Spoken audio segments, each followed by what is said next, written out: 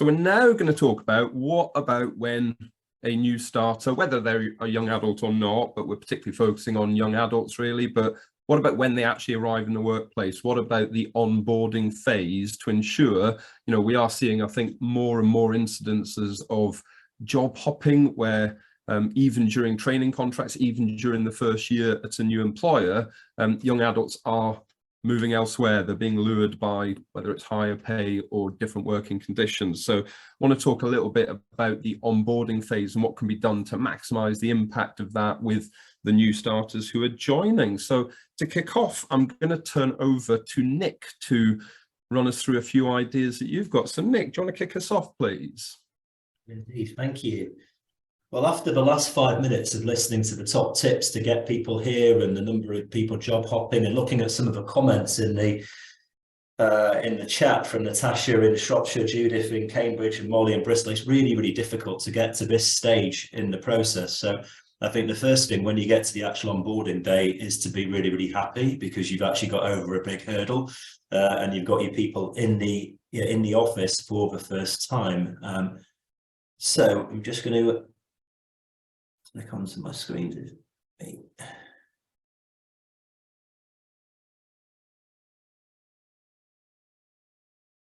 So similar to the theme I had just for my 5 minutes in the first section, this is all general principles for onboarding that apply to all graduate intakes, not specifically accountancy. There's the 3 rules I'm going to go through, and a lot of this has been covered during the course of the last hour or so. So I'll skip over the areas where there's some repetition. The rate of evolution of digital resources over the last 3 or 4 years is unbelievable. And I knew that the theme of today would largely be around embracing personal contact and connection.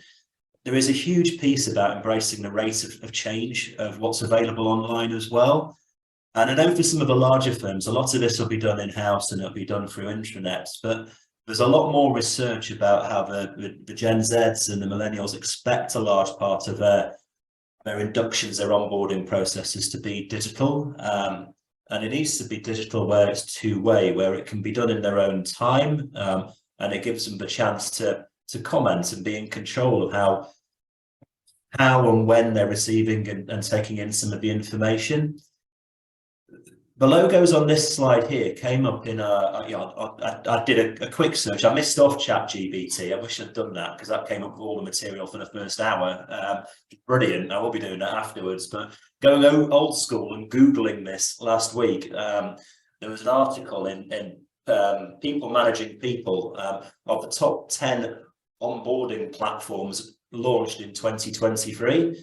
And these are the 10. So I'm a recruitment professional. I sit on a couple of the boards of our institute, and I've only heard of one of these. So the rate of change of these is frightening or exciting, depending on how you look at it. They each claim to specialize in one area or another. So one's perfect for small firms, one's perfect for mid-tier. There's one that's specifically for learning and development. But for everybody, there needs to be an element of the digital onboarding and induction process.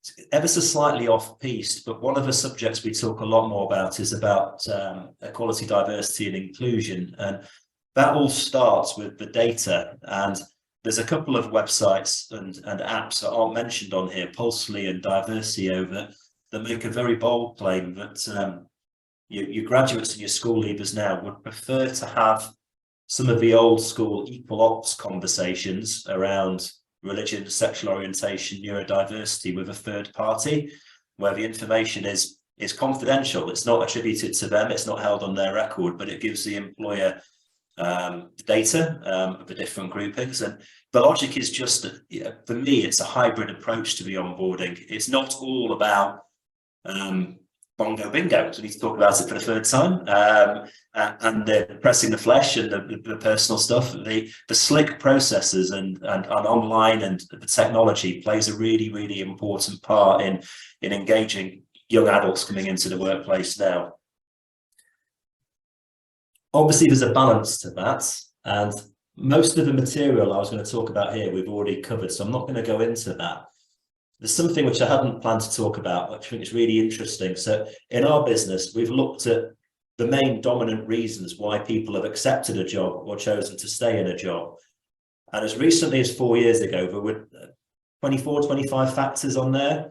And as it stands this morning, there's 48 factors on there. So it keeps growing. So the last item on there that was added was a menopause policy. Before that, the reason people have moved is because of ESG policies, because of a chosen charity, because of well-being, lots of specifics within there, because of promotions, because of learning and development. And the point for the onboarding is that the dominant things in the front of the candidate's mind, the employee's mind when they start, it's no longer as narrow as it was 25, 26 years ago when I started. It could be one of these 48 things. And this is why the two-way communication is so important, because some of the burning questions that the new starters will have, they need to have an outlet, they need to have an answer in the first week or so. Knowing how the Westfield scheme works might not be massively important to the partners. Knowing if it can go running at lunchtime might not be, but these are the things that need to come out in the first couple of weeks. And then this is a bit more, this is the fun bit for me, and we've talked about some things on this that are better than some of the things I've heard before. These are the marginal gains, that my critical non-essentials, Gareth, the things that make a difference. And yeah, I've not heard of a personalised pillow. I've written that one down. I think that's awesome. But Catherine talked about these, so many examples of them, and this is where you can make a really, really big difference without doing too much. The good luck card signed by all of the peers the week before someone starts, which I think someone mentioned before, goes a long way. I think it was Amy mentioned as a designated contact for communication, coordinating someone to send a good luck message the day before someone starts. All has a big impact. On the day, rolling out the red carpet and getting in the gold label coffee instead of just the normal plain instant Nescafe makes a difference. Someone else has referenced the welcome boxes. I mean, some of these that we see are fantastic. You know, I love a gadget, and with the branded pens and stationery and fidget spinners and stress toys. Yeah, but these come into their own for two reasons. One, because it's a nice touch, it's personalised touch, but it all feeds back into the employer branding as well. So going back to my generation, we all used to talk back about, will the new employees talk to their friends in the pub about what their start's been? And that's not the key way now. It's all about what images have been posted onto Instagram or on Snapchat or on TikTok. And the branding, the little personal touches are the things that people like, but it feeds back into that influencing part of the employer branding. Next, the picture on here, this is a simple thing we do in our business. Our office is in a nice rural location, and so we do a lot of our meetings with walk and talk, and we've all got our personalised mug. So Henry joined last year, and the week before Henry joined, he got a picture of his mug has arrived. And yes, it's done because we're nice, but it's also done because I want Henry to know you've got to come now because your mug's here. But when you come, yeah, you're part of a team, you're part of a family already. For me, it's these marginal gains. These are the things that when we're in that economy where there's 1.1 candidates for each job, these are the things that really, really, really will make a big difference. So I'm going to stop my sharing. Fantastic. Thank you very much, Nick. Some great thoughts there to get us going. So before we have a bit of a roundtable discussion, I thought I might invite Lorraine to share her thoughts. Thank you. Again, as last time, there's some really good synergies with Nick, and let me get my PowerPoint up. And we will go ahead. Okay, so what I'm going to talk about. Oh, I'm a bit stuck. Oh, there we go. Can you see my next page yet? I'm having a bit of a. Oh, there we go. I'm going back. Hang on. Let's have a look. Onboarding and engagement. So, first impressions are everything. Obviously Nick's alluded to this with the way he puts it. I really like those critical marginal gains, which is a brilliant term. I'm going to steal that, Nick. But first impressions are absolutely everything. What does day one and week one look like? We've talked a lot about a plan, but if a cohort comes into, or an individual comes into an office and they're stuck in a corner, they're told to get on with some digital training on the computer and no one engages with them, they've got a wonky chair, and no pen or paper or means to to really learn. It's not a good day one, is it? So just really getting that, really planning that first week, that first month out, so I think they have no time to really think in a good positive way. They're just continually learning. And again, leading on to the second point, and that continuous training plan, absolute structure with touch points, feedback, but also expectations. As I discussed in the first section, a lot of these individuals, it's their first corporate job. And there needs to be a little bit of understanding around that, and also equity to the individual. Nick talked about diversity, equity and inclusion, and I think that inclusive leadership and equity is really important, and different people do need slightly different things. And sometimes I see a lot that there could be someone they're really great at the job, but maybe it's taken them a little bit longer to get hold of corporate behaviour or to fit in with that culture. Really good examples I've thought of is, it might say in the contract you have an hour's lunch. It's really common, but the expectation may be that if there's client work to do, that they get on with that day. Lunch might be slightly shorter, and a lot of new starters really don't get that concept at first. And I think with that, there needs to be kind of really short feedback on what is expected from a culture perspective, and a lot of the time that there isn't, and that individual then can almost be, it's like 10 people talk about it and a month later they come back to that individual. I think it's really important that expectations are set, and feedback is absolutely, it's short, it's snappy, it's supportive, it's as and when something happens. Another really common example I see and hear a lot is just that corporate dress as well. Very common for people to get that wrong initially, and just really sensitive, short, snappy feedback. And again, it needs to be sensitive, it needs to be right, but I think it's really important. Also, when these individuals start, they're on a journey really for the first year. So I think it's really important for someone to know, what is a good week one? What is it? What is a good week two? What is a good month three? So they constantly feel like they're learning and doing well. And then there's that human element as well, which we've talked about a lot.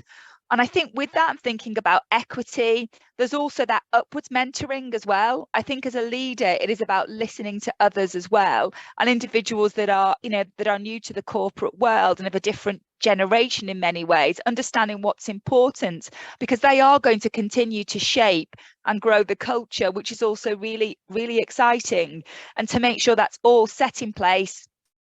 So as well as having your leader, HR, training plan, you've also got that mentor and buddy to really help individuals to have that, have that streamlined onboarding, both from a technical perspective, but also a softer skills perspective. I think that's really important. A report that Hayes put together last year was one of our What Workers Want report, was all around learning and that continuous learning culture and the importance of that. So I've just taken a couple of points from that to think about. I think in the first instance, I think it's just to be aware that the report showed that employees feel they learn really quickly a new skill, but employers, they don't always agree. So sometimes there can be that disconnect where someone new to the firm might believe that they've really captured this training, they're really implementing it, but then again, from an employer perspective, they might need a little bit more help and guidance on that. So it's just to be aware of that. And then we looked as well, and did a really big survey on this, on what's the most effective ways of upskilling. And there's a real blend at the moment, and things have changed. So pre-COVID, I think in-person classroom teaching was absolutely number one for many individuals, and that's still really, really important. And with that on the job training, and I'll talk about that in a moment. But also, again, mirroring Nick's point on technology and the digital world we're in. I think a lot of, in particular, individuals who are at that entry level are really positive about online courses. These online courses should not be too long. It shouldn't, I mean, a day on Teams or Zoom, I don't think is advisable, but nevertheless, it's really taken positively from this community. Also with that, online courses that you can learn at your own speed, they may be on your phone. And I think that's interesting as well, and something quite new, that there's training courses as you have, Gareth, for first, at FI, that people can do, in their own time or in the day when they have spare time. So there's a really good blend there to think about for the future. And then lastly, I'd just like to make some points around the workplace value proposition. This is a recent article that we've put together. And this is slightly different from the EVP, but it's about getting individuals into the workplace, and that culture, that collaboration, and it's around, of course, the actual physical workplace, but also, your values, your incentives, well-being, initiatives, just to make it a really great place to be. I think in particular, when someone is at the start of their career, in-person learning is very, very important when starting a new position. I tried to onboard a number of individuals in COVID 100% remotely, and I found it hard. And feedback from these consultants was they found it incredibly hard because there was no learning from osmosis, which you have day to day in the office. I think that, as I mentioned, people being around others, there's that unconscious sharing of ideas, knowledge, experience of technical and harder skills, and that engagement with clients. But I think also that cultural alignment and development of culture, which is also really exciting for the future. There's also that physical workspace, which is really, really important. And for myself, we have a hybrid model, and I find it really important. And I find that collaboration piece and that learning piece, sometimes projects I can't quite get over the line, or individuals that I don't think have quite got something. If I see them face to face, I feel that I'm connecting much better and we're aligned. But I think if we've got obviously a lot of junior people in the office that are learning, I think senior leaders and managers, of course, also need to be present. As we all need to, if you think about ourselves, I think we all benefited from others at the start of our career, and I think now it's time to pass that on, to make sure we create the best environment for those that are entering the workplace. So that's it for myself. So I will stop sharing. Thank you, Lorraine. Actually, we can continue the conversation. That last point, I think, is a really interesting one. I've seen a couple of reports in the last few weeks suggesting that the pendulum's really swinging back in terms of young adults wanting to be in the workplace more. They've gone from perhaps on average wanting to be in 1 day a week to now 3 or 4 days a week. They're appreciating the impact on their own mental health of being at home too much on their own. They're appreciating the social and networking opportunities in the office. They want the mentoring, they want the kind of coaching. But they're finding that the senior staff aren't in the office then. So I think like you say, senior leaders, managers, they need to make sure they're present in the office to actually give those kind of coaching and mentoring opportunities. And I think there's a big point around setting clear expectations as well, because I'm a big believer in think with compassion rather than judgment. I was chatting to somebody earlier this week who was saying that somebody had turned up for an interview in sportswear. And I thought, well, did you tell them what you expected them to wear?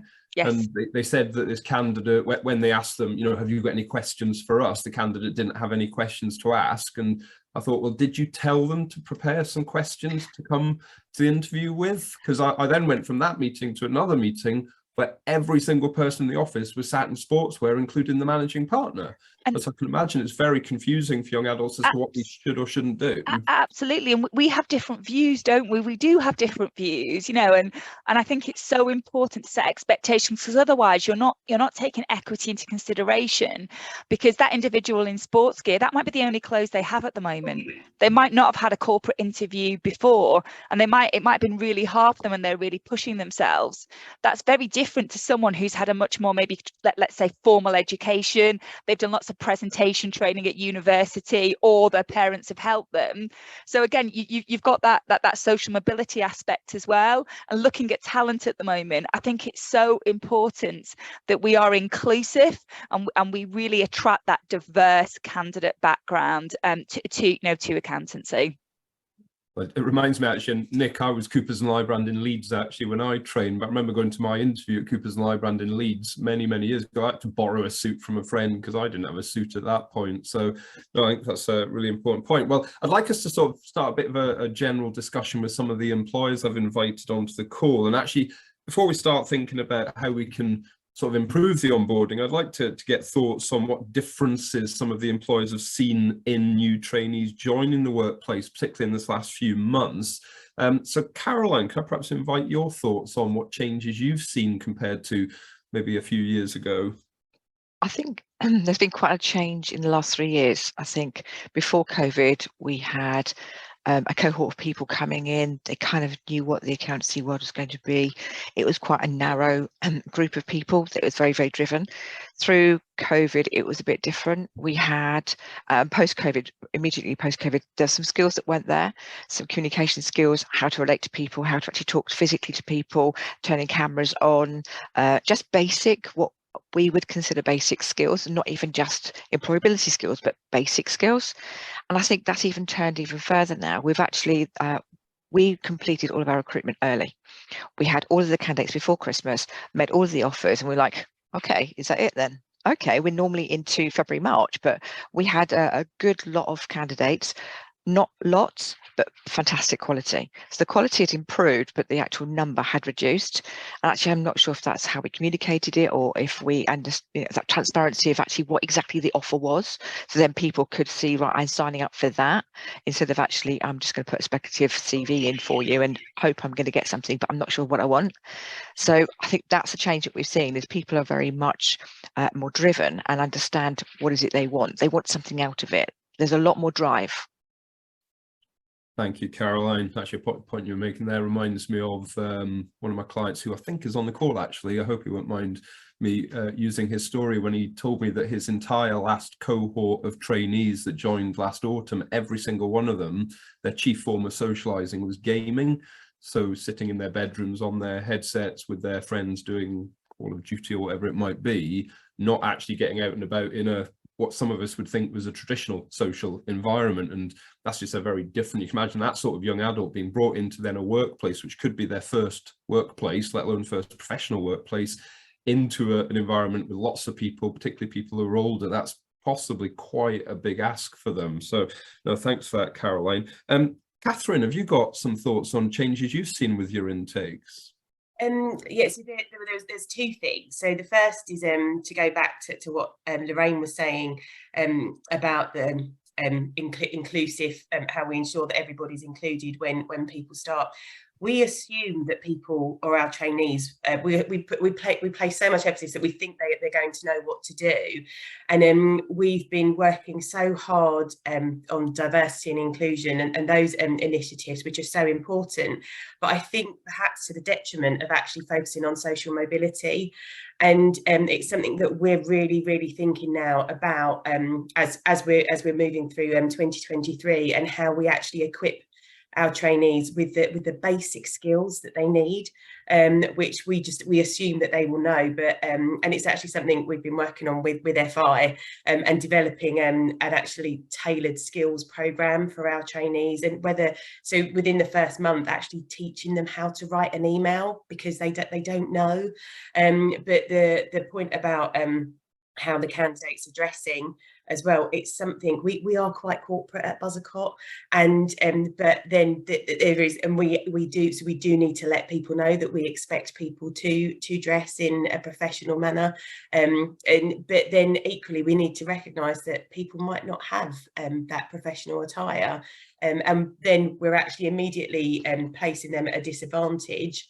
And the second point about, I think, the changes that we've noticed is coming onto this gaming point that you were just saying, Gareth, is that people don't really want to socialise after work. And again, we're a very sociable firm, and it's naturally, let's all go out down the pub after lunch, after work. And people actually want to go home. So there's that so generational differences as well. Yeah, I was hearing an anecdote from a client saying that some of their new intake at lunchtime, they're going to sit in their cars to eat their lunch rather than sort of sitting in the office and chatting with colleagues, which was just a very different mindset. I'm wondering whether we should organise, team Call of Duty sessions where actually they can socialise through their games. But and that thing about dress code, actually, one of my clients in Cambridge, actually, I can see, I think one of the partners, Andy, actually on the call, but I remember seeing, and this was a couple of years ago, they produced a little brochure called Dress for Your Day, I think was the phrase they used, and it actually had pictures where the partners had put on different outfits. This is what you'd look like going to a client, this is what you'd look like if you were just working in the office with colleagues. Dress for your diary, thank you, Andy, sorry, dress for your diary, but actually gave clear indication with pictures of what they'd expect somebody to look like. So yeah, I think, and somebody used the word a few months ago to me of scaffolding. I think young adults need more scaffolding to support, whether it's through recruitment, through onboarding, through how they're dressing. They just need that guidance. Amy, have you got any thoughts on changes you've seen in sort of recent intakes? Yeah, interesting what you just said there, Gareth, about sort of younger people going off into their cars to eat their lunch and things like that. I mean, I've never seen our young people doing that before, but last year we created some lunch spaces in the office and put some new tables and chairs in and created a bit of a sort of hub for them. And they absolutely use those spaces now, which is really nice to see. They love getting together with a couple of them. Sometimes, the trainees from audit don't often see a lot of the trainees from our business services team, and it's just a space for them to sort of meet up at lunchtime and spend 45 minutes together and have a sandwich together and a bit of a chat. So that's one thing that we put in place. But yeah, we've seen loads of differences over the last few years with young people coming into the office, and like everybody said, it's their first experience of being in a corporate setting, and I just think some of them absolutely get it. And then there's some of them that just don't really have those social skills, and they do need that help along the way. I think we see a lot of, we do sort of set out now, this is the dress code, this is what we expect, these are your hours of work, but we get a lot of things like, use of mobile phones, and it's a really difficult one because there's a lot of sort of senior people in the office we do have our phones on our desks. A lot of people have young kids in nurseries or in schools, and they just want to have that on standby, or after COVID, a lot of clients might ring client handlers on their mobile phones, and they've just got used to doing that. So they're coming in and sort of seeing people on their phones, and then they're expecting to sort of walk around texting friends and stuff on their phones. And I've caught people in the corner doing selfies and things like that from their office chair, and it's trying to nip that sort of behaviour in the bud straight away, I think, because if you let that then carry on, it can become an issue. I mean, most of the time, they learn from their peers. So if you've got good leaders that are sat around them, they will soon switch on to the fact that, okay, we don't really do that in this sort of environment. But as well, we're not completely oblivious to the fact that these kids now have grown up with technology and mobile phones, and it's part of their life. So we're not going to sort of say, you are not allowed to answer a call on your mobile phone, it has to go in your bag. We're happy for them to be out, but just don't be sort of texting on it and letting people see that going on. Yeah, so it's just that expectation and letting them know what we expect of them. Time management sometimes can be a bit sloppy. And other things we've seen as well is that, once they've grasped what sort of behaviour is acceptable in the workplace, I think sometimes when they go out to college, to the training providers, they almost see it as sort of going back to school a little bit. It's a more relaxed environment. They're in casual gear. they get there, and I think it's a sort of, oh, we can have a bit of a mess around now, you know, we can just have a bit of a chat with our, you know, with other people. And you know, we've had feedback, you know, from a small minority that's happened, and again, that's a difficult one. You know, do you sort of bring that up before they go out to college? Do you wait for that feedback and then try and sort of have that discussion with them that actually they are representing the company that they work for when they go out? And that they don't sort of grasp that at that young age, I don't think. So you know, we've had to have those sort of conversations with people as well. So it is a difficult one, you know, but I think trying to sort of portray what you expect of them from an early start is really important, definitely. No, we're definitely seeing some more behavioural challenges in our classes with new intakes in the last few months than we've seen in the past. Actually, I was chatting to a friend who works in a school, and she was saying that the issue is you've got this whole generation who had 2 years effectively of not actually really being in school, not really being in a classroom environment, and so they didn't have the same maturing process. You've got a bunch of 17, 18-year-olds who are effectively still 14 or 15, and you know, and somebody used the phrase, they haven't had the attitude knocked out of them in that couple of years at school. So you know, please give them those expectations, Amy and other employers, because we're having to be a bit more strict with what our behavioural expectations are in class and what is and isn't acceptable. Adele, can I come to you actually? I mean, how have you seen employers reacting to some of these changes in the way young adults behave? I think it's all of the things that you've all said in terms of, you know, the social capability and the social interactions that some of these young people are capable of. As you rightly said, Gareth, you know, for almost all of them, some or part of their education will have been spent at home, sitting on a bed with a laptop without talking to anybody. And that's just the educational piece, let alone no social interaction either in a face-to-face setting. So suddenly being faced with a lot of strangers there, wanting to talk to you and be interested in you is quite overwhelming. So I think looking at all the things that we've all talked about in terms of engagement, making sure that a lot of employers that I talk to as part of the apprenticeship ambassador network, it's about the pace of those interactions and the tone of those interactions, so it's not too overwhelming. And also there's a lot of practical things, you know, as part of that lack of social interaction. A lot of them won't have got on a bus or a train or know how to buy a train ticket. Absolutely, there's a backlog in driving lessons and having a driving test. So think about your location, whereas, you know, historically you may be able to get young people to drive to your location. That now sometimes isn't an option, full stop. So I know employers that have looked at minibuses, partner with taxi firms, again, like I said earlier, partner with other firms locally to provide transportation and mobility to make things as practically easy as possible. And I think sometimes those things get lost. We think about the 8 hours or 7.5 or however many that, you know, we interact with those people, but what goes on before that? What goes after that? Do they know how to get their lunch? Do they know how to get to work? Can they buy a train ticket? Can they drive? How do they get to our offices? You know, all of those things are really important. And I've seen a lot of work, particularly at the beginning of this year, in addressing those things from employers and looking outside of those core 8 employment hours, or I keep saying 8, 7.5, to what can facilitate a good working environment and helping them get there on time with the right information, dressed correctly, with lunch, and with their mobile phone not the focus of the day. So I think, yeah, think about all the practicalities as outside of your employer as well, because that can make the days a lot easier.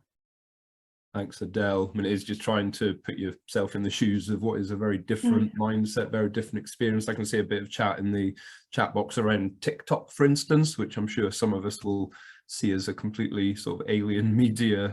But we're going to be releasing the results of a survey we've taken in the past few weeks with a large group of our own students, and I was blown away to see that 50% of graduates found their role through TikTok.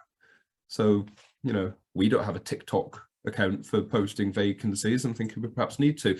So I'd like to now get some employer views here, thinking about, you know, how have the employers sort of changed their induction and onboarding processes in the last year or so, perhaps to respond to some of these changes. So actually, Amy, can I come to you first to think about what you've done to change that first few weeks in the workplace?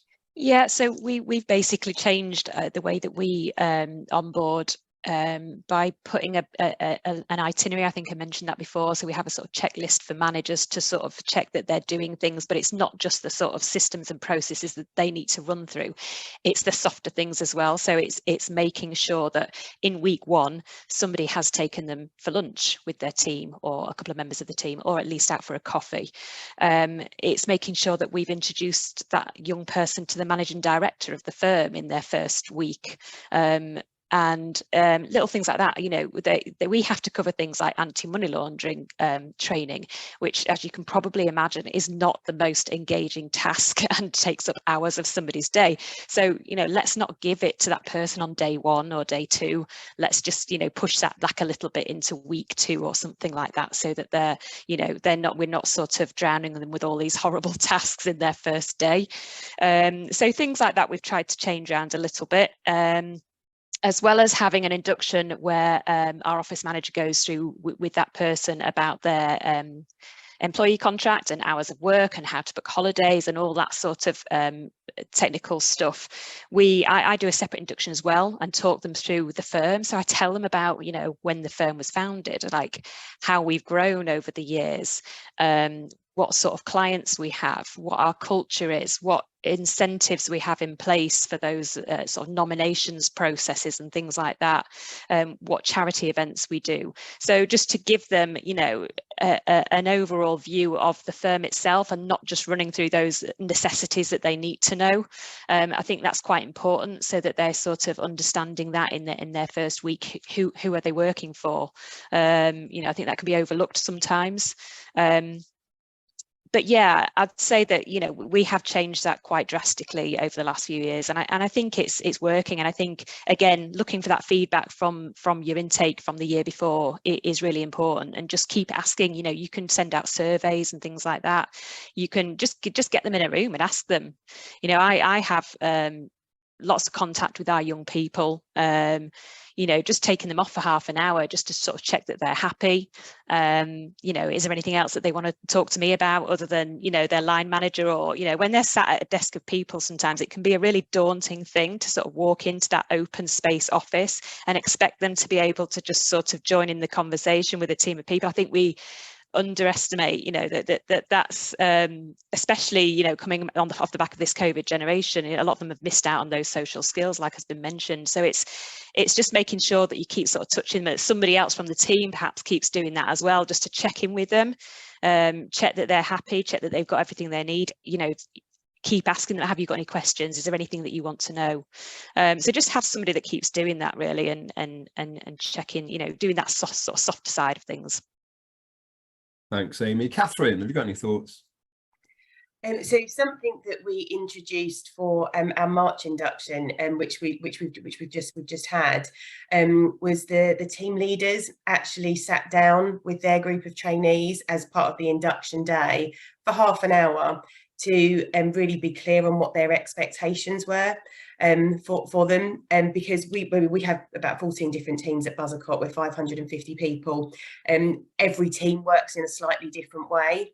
And so we picked this up from our September induction, where the team leaders wanted to be really clear on them and what they expected about them attending the office, how they expected them to interact, a dress code, things like that. But the team leaders actually sat down with them because we thought it was really important, and then it was more powerful coming from the team leaders. And then also they actually got to meet and interact with the team leaders on day one. And something else that we do is 2 weeks into somebody joining the firm, they're invited to a meeting with HR, it's called a HR check-in, and we will sit down with them then. Sometimes it just can be for 5 minutes, sometimes it's longer, and ask them how things are going, ask them if there's any challenges that they're experiencing. And so, for example, the March intake, we sat down with somebody yesterday, and we found out that their screens were too bright. So she's just working off of her laptop rather than working off of her screens, because she didn't know who to ask, or she doesn't know what to do. So that's something that she's really struggling to do her work, but she's just not got that confidence, obviously, to go somewhere. But it's something we can sort out really quickly. And so we do that. So we have that one-to-one HR check-in with people after 2 weeks as well. Brilliant. Thank you, Catherine. And Caroline, anything you've done differently in the last year or two? Yeah, I think it's what we do. We take the feedback from the interview. So actually from the interview process, the assessment, etc., taking the feedback and actually understanding where that person is in terms of actually our expectations and creating a plan for them.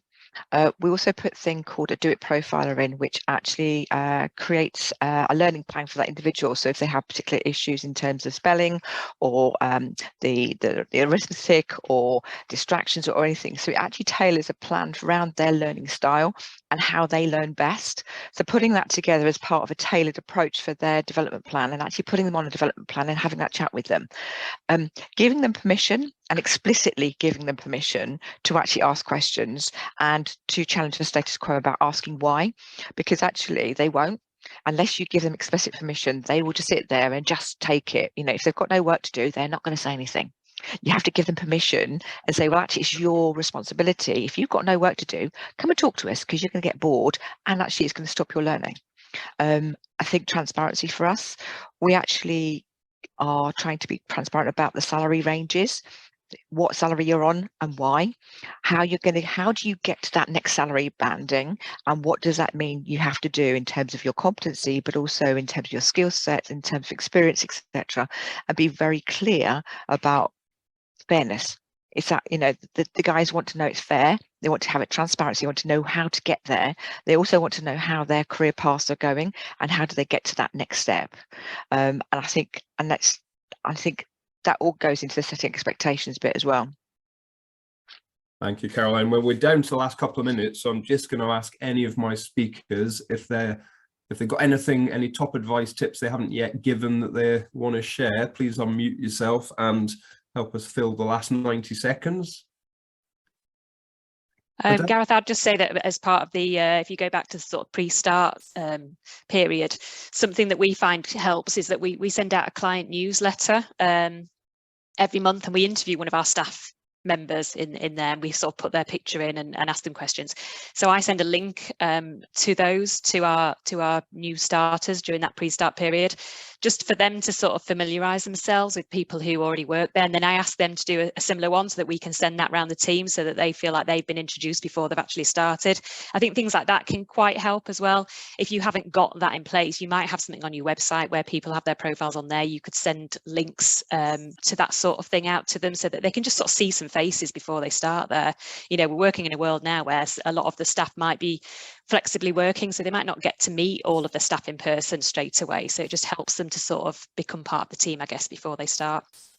Thanks, Amy. Adele, did you have a quick one to finish? Yeah, just a really quick one. Whatever you plan to do from an onboarding perspective, make sure it's sustainable, because if it's not, the day that attention stops or wanes, or the day that AML training comes in is your risky bit. So whatever your plan is, make sure it's sustainable for, you know, beyond the first few months of employment.